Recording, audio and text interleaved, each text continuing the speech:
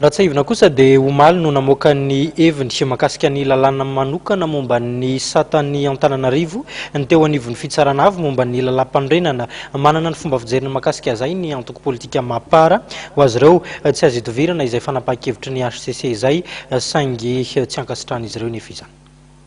Raha navoakan'ny HCC aloha zany dia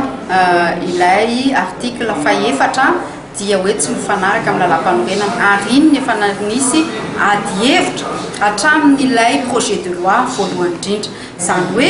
iny zany dia nieritreritra navoaka ny HCC moa zany dia efa tsy azo ivalozana fa kosany izahay dia miteny hoe ary nidivana hevitra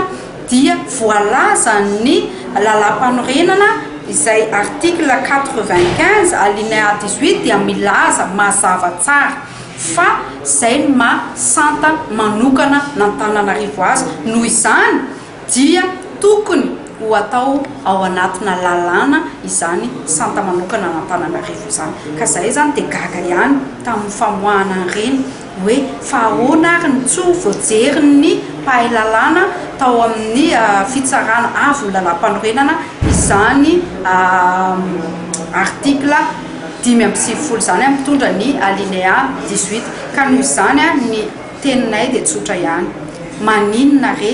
no deputehana ohatr'izao ny capitale ny renivohim-paritany Madagasikara satria matoa miinsiste ny fitondram-panjakana amin'io fizarana Antananarivo io dia misy politika maloto ao izay ambotrina sy anaratsiana an'ity tanàna n'Antananarivo ity ka izay dia mijoro hatrany apetraka amin'ny vahoaka n'Antananarivo izany tsy fahafaponay amin'ity lalàna momba ny santa manokana n'Antananarivo ity.